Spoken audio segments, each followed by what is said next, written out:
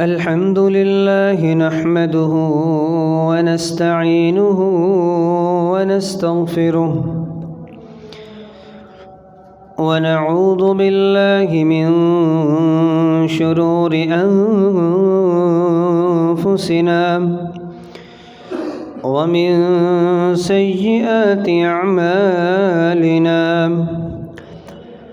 من يهده الله فلا مضل له ومن يضلل فلا هادي له وأشهد أن لا إله إلا الله وحده لا شريك له وأشهد أن محمدًا عبده ورسوله أما بعد فإن خير الحديث كتاب الله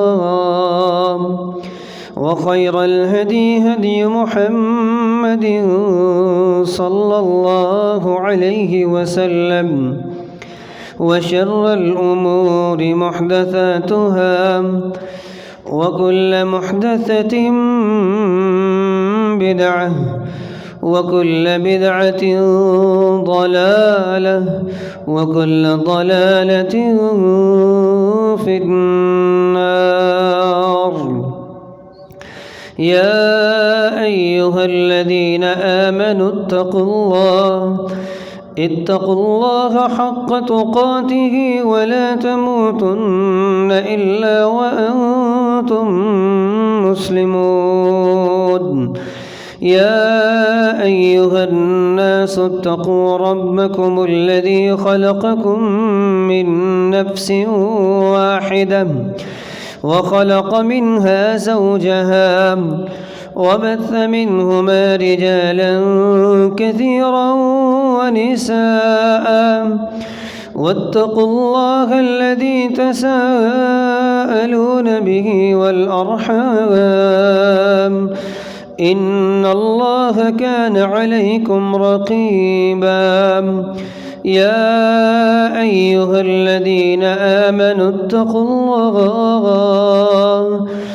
اتقوا الله وقولوا قولا سديدا يصلح لكم أعمالكم ويغفر لكم ذنوبكم ومن يطع الله ورسوله فقد فاز فوزا عظيما.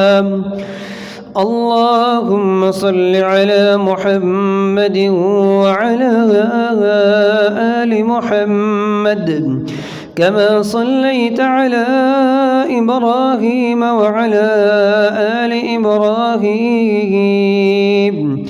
إنك حميد مجيد. اللهم بارك على محمد وعلى آل محمد كما باركت على إبراهيم وعلى آل إبراهيم إنك حميد مجيد. رب اشرح لي صدري ويسر لي أمري واحلل عقدة من لساني يفقه قولي. رب يسر ولا تعسر وتمم بالخير. أعوذ بالله السميع العليم من الشيطان الرجيم. بسم الله الرحمن الرحيم. فاصدع بما تؤمر وأعرض عن المشركين.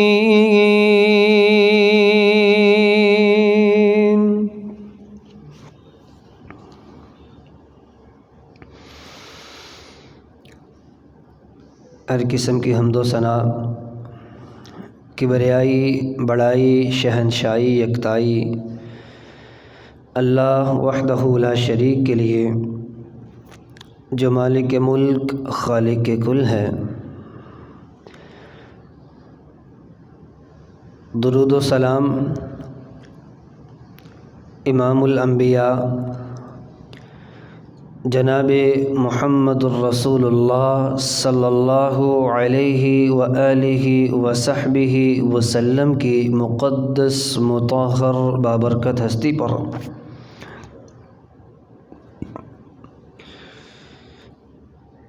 جنہوں نے اسلام اور اس کی تعلیمات کے لیے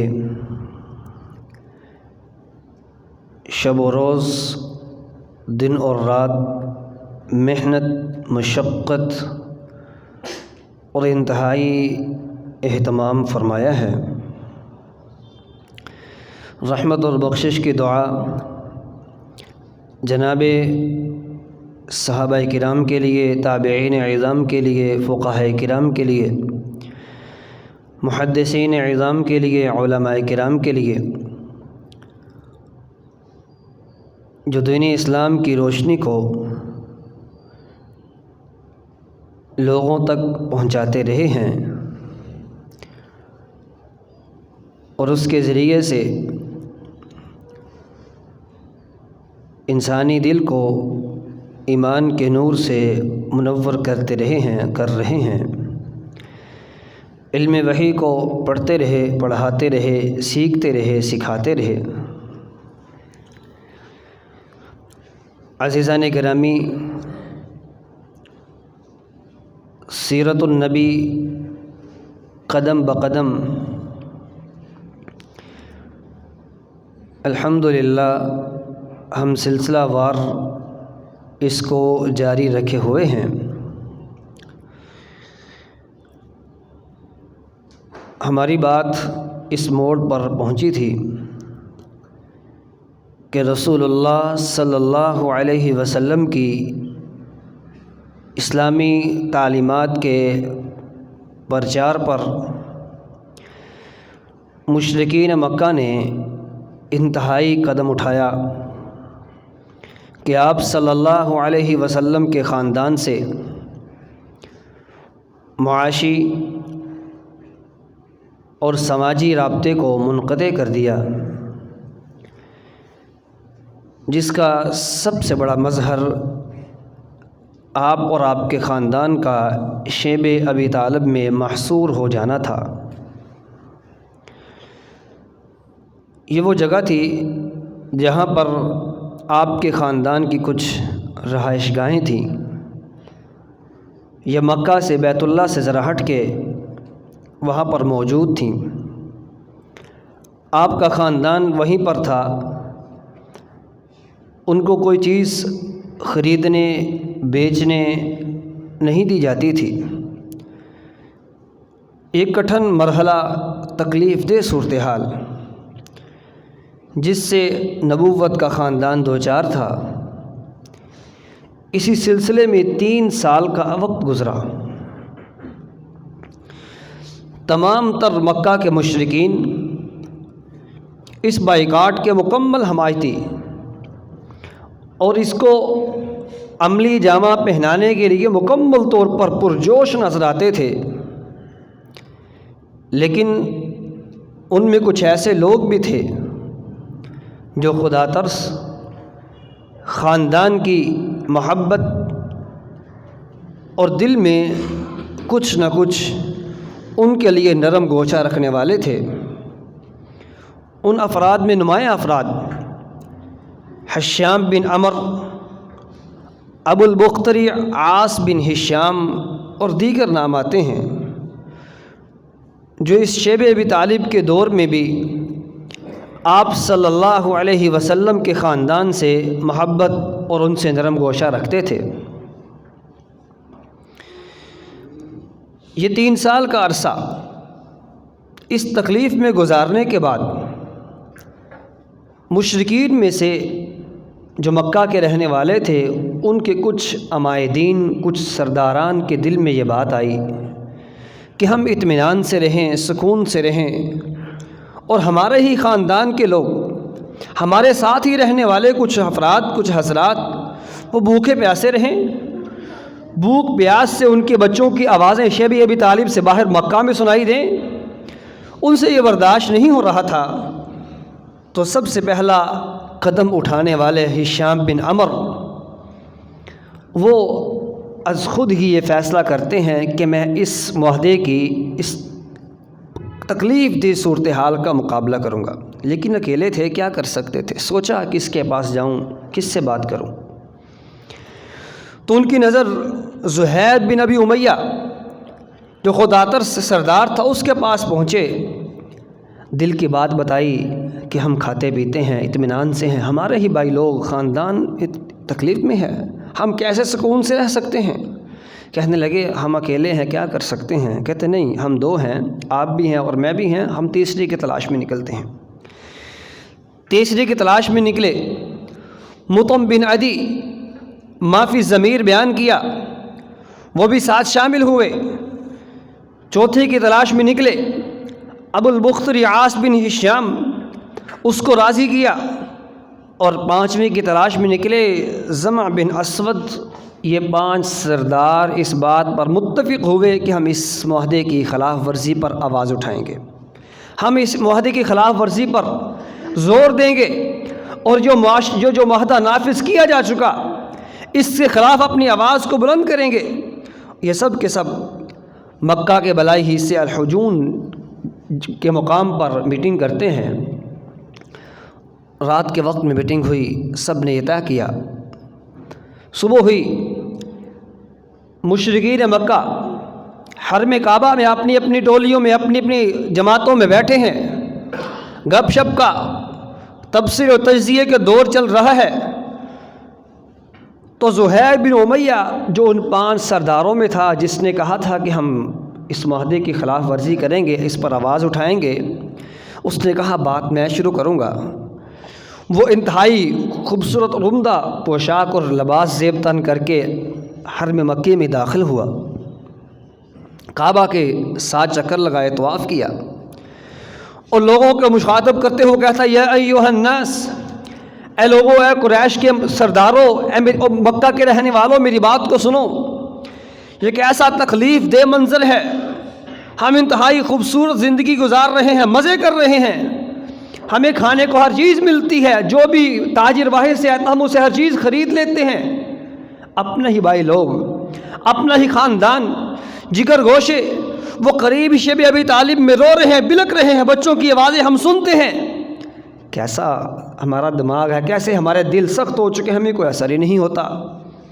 آج سے میں اعلان کرتا ہوں، اس معاہدے کی خلاف ورزی پر میں سب سے آگے بڑھ کے اس کی خلاف ورزی کروں گا، اس معاہدے کو ہم نہیں مانتے۔ ابھی یہ زہیر بن امیہ یہ بات کر ہی رہا تھا تو دوسرے سردار ہشام بن عمر بولتے ہیں جی بالکل آپ صحیح کہہ رہے ہیں، ہم تو پہلے سے راضی نہیں تھے۔ ایک کے بعد دوسرا، تیسرا اور چوتھا اور پانچواں، 5 سردار جو رات کو اس بات پر متفق تھے۔ صبح ہوئی، زہیر بن امیہ کی ہاں میں ہاں ملائی، اس کی تائید کی اور کہا ہم اس معاہدے کو نہیں مانیں گے۔ ابو جہل نے جب یہ منظر دیکھا تو کہا یہ بات پکی ہے کہ اس کا فیصلہ رات ہی ہو چکا تھا، انہوں نے یہ اس بات کا فیصلہ کر کے سوچے سمجھے منصوبے کے تحت یہ سب کچھ کیا۔ اور دوسری طرف جو دستاویز اس معاہدے کی دستاویز مکہ مکرمہ میں خانہ کعبہ میں لٹکائی گئی تھی، اس کو دیمک نے چاٹ کر اس کو ختم کر دیا، صرف اللہ کا نام باقی بچا تھا۔ اس دستاویز کا جو حال تھا اللہ تعالیٰ نے رسول اللہ صلی اللہ علیہ وسلم کو بذریعہ وحی بتا دیا تھا۔ آپ نے اپنے چچا ابو طالب سے کہا کہ وہ جو دستاویز مکہ میں حرم مکی میں لٹکائی گئی ہے اس کو دیمک نے چاٹ لیا ہے، جائیں جا کے دیکھ لیجئے، اللہ نے مجھے بتلا دیا۔ آپ اپنے کچھ لوگوں کو ساتھ لے کے وہاں پہنچتے ہیں، اور یہاں سے یہ مسئلہ بھی ہے تو اس دستاویز کو دیکھا گیا، حقیقتاً میں وہ ختم ہو چکی تھی، صرف اللہ کا نام باقی تھا۔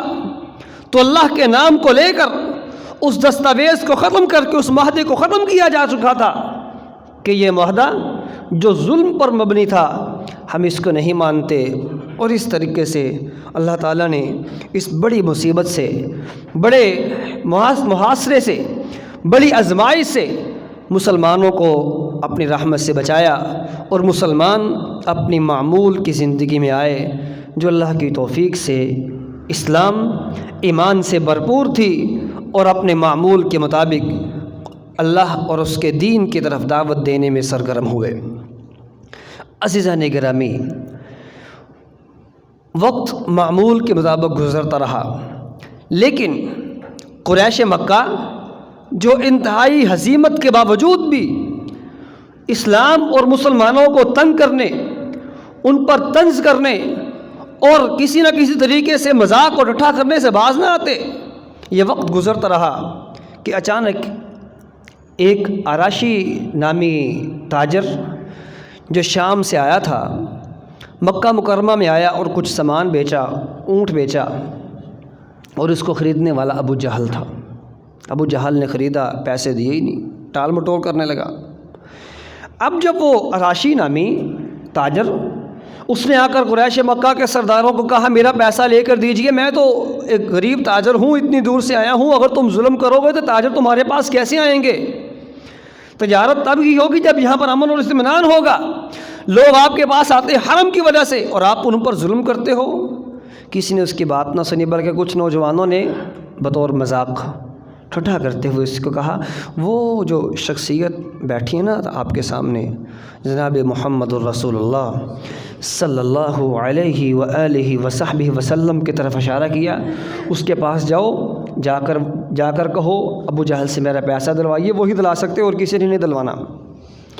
اب ابو جہل اور رسول اللہ پکے دشمن، ان کی دشمنی کہیں ڈکی چھپی تو نہیں تھی۔ مذاق کرتے ہوئے اور ایک مصیبت اور ڈرامہ بنانے کے لیے انہوں نے یہ قدم اٹھایا اور اس تاجر کو رسول اللہ کے پاس بھیج دیا صلی اللہ علیہ وسلم۔ وہ تاجر پہنچا اور جا کر کہا، آپ بڑے معزز تشریف رکھتے ہیں، میرا مسئلہ ہے، اللہ کے لیے اس کو حل کر دیجئے، اور فلاں شخص جس کو ابو جہل کہتے ہیں اس کے پاس میرا کچھ سامان ہے، میرے کچھ واجبات ہیں، اس کی ادائیگی کے لیے میری مدد کیجیے۔ آپ نے فرمایا چلو میرے ساتھ۔ جب وہ تاجر آپ کے ساتھ چل پڑا، وہ نوجوان جو ایک تماشا دیکھنے کے لیے بیٹھے تھے، انہوں نے اپنے میں سے کسی کو بھیجا، جاؤ ان کے پیچھے جاؤ، جا کر دیکھو احوال کیسے ہیں، ابو جہل ان کو ملتا ہے، کیا جواب دیتا ہے، کیا صورتحال ہے۔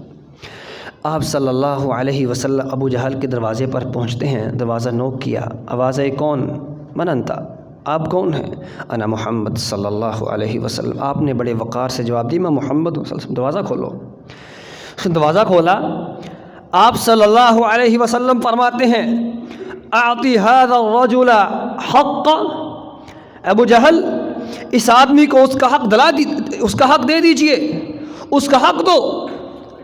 تو ابو جہل نے جب یہ آواز سنی، یہ مطالبہ سنا، خاموشی سے واپس اندر گیا اور اونٹ کے جو اس کا مطالبہ تھا، جو اس کے پیسے تھے، خاموشی سے لاش کر اس کو دیے اور دے کر واپس چلا گیا۔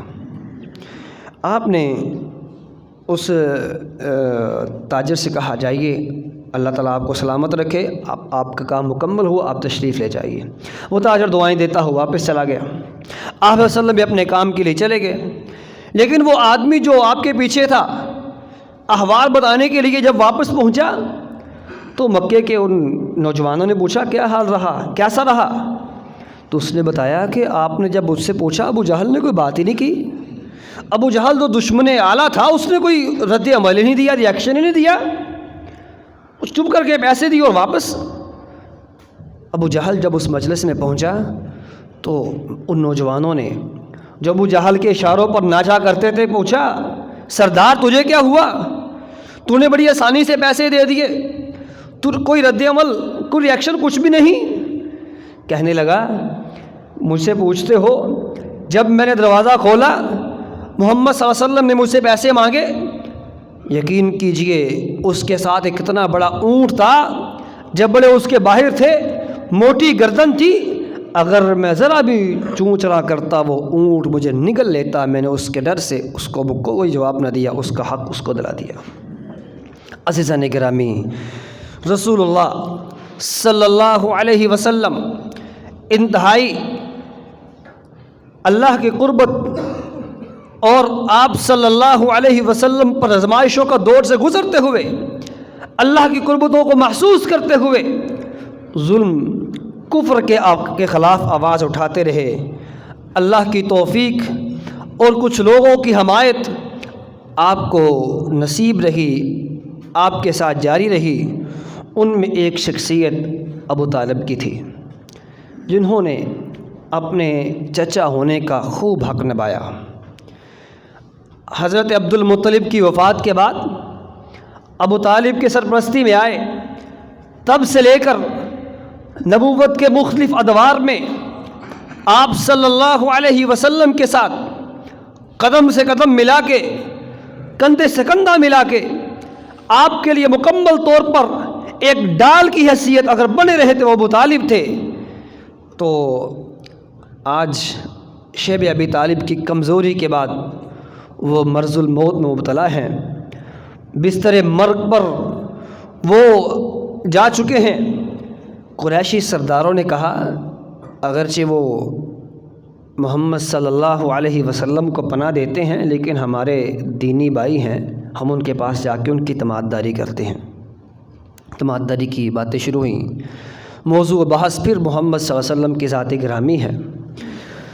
قریش مکہ کہتے ہیں اے ابو طالب، ہمارے آپ بڑے ہیں، ہم نے آپ کو کچھ تکلیف بھی دی لیکن آپ ہمارے بڑے ہیں، ہمارے اس معاملے کو ایسے نہ چھوڑیے گا کہ ہم بعد میں آپ کے بعد بھی پریشان رہیں۔ کچھ لوگ کچھ دو کے تحت ہمارا کچھ معاہدہ طے کروا دیجئے تاکہ ہم اطمینان سے آپ کے بعد زندگی گزارتے رہیں۔ ابو طالب نے پھر آپ صلی اللہ علیہ وسلم کو بلایا اور مشرکین مکہ کے جو سرداران تھے ان کی آمد کا مقصد بتلایا۔ آپ صلی اللہ علیہ وسلم نے فرمایا میرے چچا یہ صرف ایک کلمہ کہہ دیں، میں ان کی ساری باتیں ماننے کو تیار ہوں، صرف ایک کلمہ۔ ابو جہل بولتا ہے اگر تم ہماری باتوں کو ماننے کے تیار، ہم ایک نہیں 100 کلمے کہیں گے، بتا کلمہ کون سا ہے؟ رسول اللہ صلی اللہ علیہ وسلم فرماتے ہیں لا الہ الا اللہ وحدہ لا شریک لہ واشہد ان محمدا ویشہد ان محمدا عبدہ ورسولہ تخلعون ما تعبدون من دونہ، بس تم یہ کہہ دو کہ اللہ کے علاوہ کوئی معبود نہیں، نشہد ان محمدا عبدک وعبدہ ورسولہ، اور ہم اس بات کی گواہی دیتے ہیں محمد الرسول اللہ صلی اللہ علیہ وسلم اللہ کے بندے اور اس کے رسول ہیں۔ وہ جتنے بھی اللہ کے علاوہ جتنے معبودان کی تم عبادت کرتے ہو ان سب کو چھوڑ کر ایک اللہ کی عبادت شروع کر دو، بس میرا یہی مطالبہ ہے، اس کو مان لو، میں تمہاری ساری باتیں ماننے کو تیار ہوں۔ انہوں نے ہاتھوں پہ ہاتھ مارے، کہا بات تو پھر وہی ہے، جھگڑا تو پھر یہی ہے، مسئلہ تو پھر یہی ہے۔ آخر کار وہ بات وہیں کہ وہیں جہاں پہلے تھی آپ صلی اللہ علیہ وسلم تشریف لے آتے ہیں۔ ابو طالب اپنی مرض میں ہی ہیں، آپ صلی اللہ علیہ وسلم ان کو اسلام کی دعوت دیتے ہیں اور ابو طالب فرماتے ہیں کہ بھتیجے اگر ابھی سے پہلے تو مجھے دعوت دیتا تیری دعوت پر ضرور لبیک کہتا، لیکن ابھی حالات یہ ہیں اگر میں نے تیری دعوت پر لبیک کہا تو پھر مکہ والے کہیں گے کہ ابو طالب موت کے ڈر سے کلمہ پڑھ گیا۔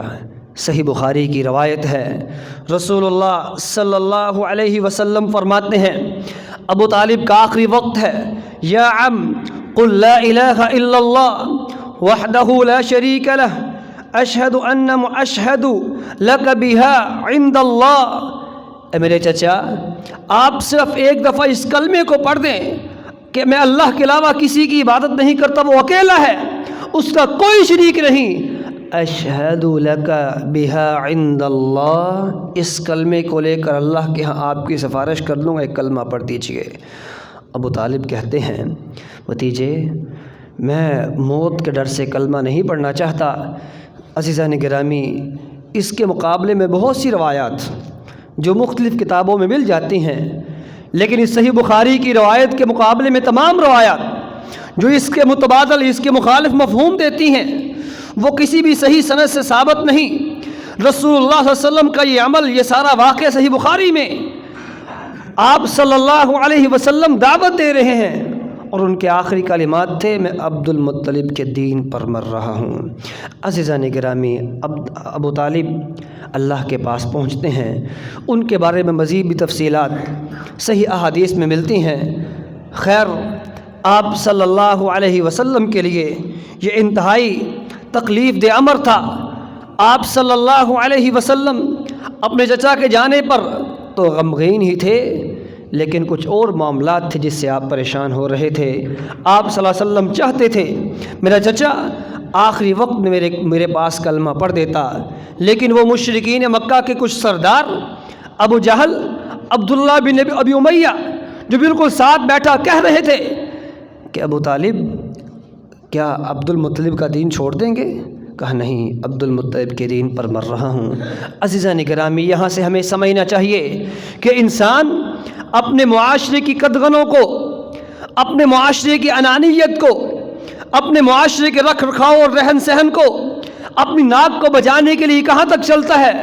اور اس کے ساتھ ساتھ ایک مسلمان کو یہ بات بھی ذہن نشین کر لینی چاہیے کہ رسول اللہ صلی اللہ علیہ وسلم نے الولاء والبراء، دوستی اور دشمنی کا جو ایک بہترین کلیہ ترتیب دیا کہ ایک انسان اپنے دوست کے دین پر ہوا کرتا ہے۔ انسان کی دوستی، اس کی بیٹھک اس کے دین کو، اس کی عادات کو متعین کر دیتی ہیں۔ اگر دوست اچھے ہوں، پاس بیٹھنے والے اچھے ہوں، انسان اپنی بیٹھک اور صحبت کو اچھا کر لے تو اللہ کی طرف سے اس کو توفیق از خود ملتی جاتی ہے۔ یہاں پر آپ صلی اللہ علیہ وسلم دعوت دے رہے ہیں اور بیٹھک میں بیٹھے لوگ آپ کو اس کے، ابو طالب کو اس کے خلاف اکسا رہے ہیں، تو بات وہی، نتیجہ وہی نکلا کہ اللہ تعالیٰ فرماتے ہیں اِنَّكَ لَا تَهْدِي مَنْ أَحْبَبْتَ وَلَكِنَّ اللَّهَ يَهْدِي مَنْ يَشَاءُ۔ اے پیارے نبی، جس کو آپ پسند کرتے ہیں اپنی مرضی سے از خود کسی کو ہدایت نہیں دے سکتے، وَلَكِنَّ اللَّهَ يَهْدِي مَنْ يَشَاءُ، اللہ تعالیٰ جس کو چاہیں اس کے لیے ہدایت کے دروازے کھول دیں۔ عزیزان گرامی، ایک مسلمان کا عقیدہ اور نظریہ اس قرآنی آیت کے بالکل مطابق ہونا چاہیے۔ اللہ کی ذات وہ ذات ہے جو تمام صفات کی مالک ہے۔ جیسے میرا اللہ اپنی ذات میں کوئی ثانی اور کوئی شریک نہیں رکھتا، ایسے ہی میرا مالک، میرا خالق اپنی صفات میں وہ مشکل کشائی ہو، وہ داتا ہو، وہ کی ایسی کوئی بھی صفت جو اللہ کی ہے اس کا بھی کوئی ثانی نہیں ہے، اس کا کوئی شریک نہیں ہے۔ وحدہ لا شریک لہ، اپنی ذات میں بھی اکیلا، اپنی صفات میں بھی وہ اکیلا ہے۔ حضرت محترم،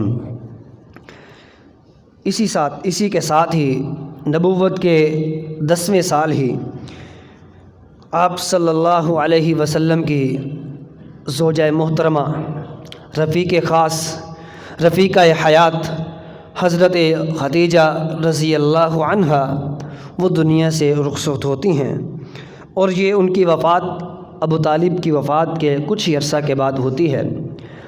اور حضرت خدیجہ رضی اللہ عنہا کے مناقب، ان کے فضائل، اس کا کیا کہنا، حضرت عائشہ صدیقہ رضی اللہ عنہا بیان کرتی ہیں آپ صلی اللہ علیہ وسلم ان کی وفات کے بعد آخری دم تک اگر کسی کو یاد کیا تو وہ خدیجہ تھی رضی اللہ عنہا۔ ان کی موجودگی میں آپ نے کسی دوسری عورت سے شادی نہیں کی، اور آپ کی تمام اولاد حضرت خدیجہ رضی اللہ عنہا کے بطن سے ہیں۔ اور جس سال ابو طالب اور حضرت خدیجہ رضی اللہ عنہا اس دنیا سے رخصت ہوئیں، اس سال کو عام الحزن، غم کا سال قرار دے دیا۔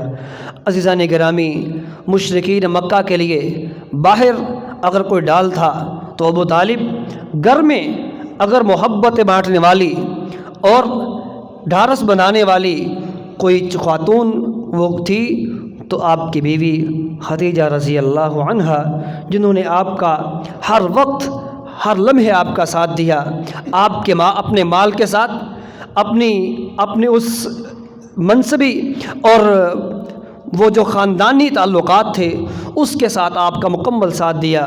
حضرت محترم خدیجہ رضی اللہ عنہا، ان کے مناقب انشاءاللہ پھر کسی موقع پر مکمل تفصیلاً بیان کیے جائیں گے۔ سیرت کے حوالے سے ہمارے لیے یہ بات سمجھنا سننا ضروری ہے۔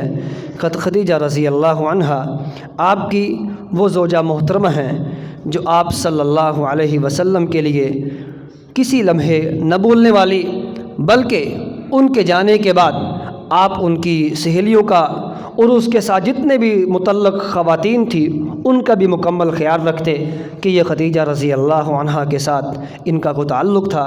تو ہمیں بھی آپ صلی اللہ علیہ وسلم کے ساتھ قلبی، روحانی، آپ کے ساتھ جتنے بھی لوگ متعلق ہیں ان کے ساتھ بھی قلبی اور روحانی تعلق رکھنا چاہیے اور رہنا چاہیے۔ اللہ ہم سب کا حامی ناصر ہو۔ السلام علیکم ورحمۃ اللہ۔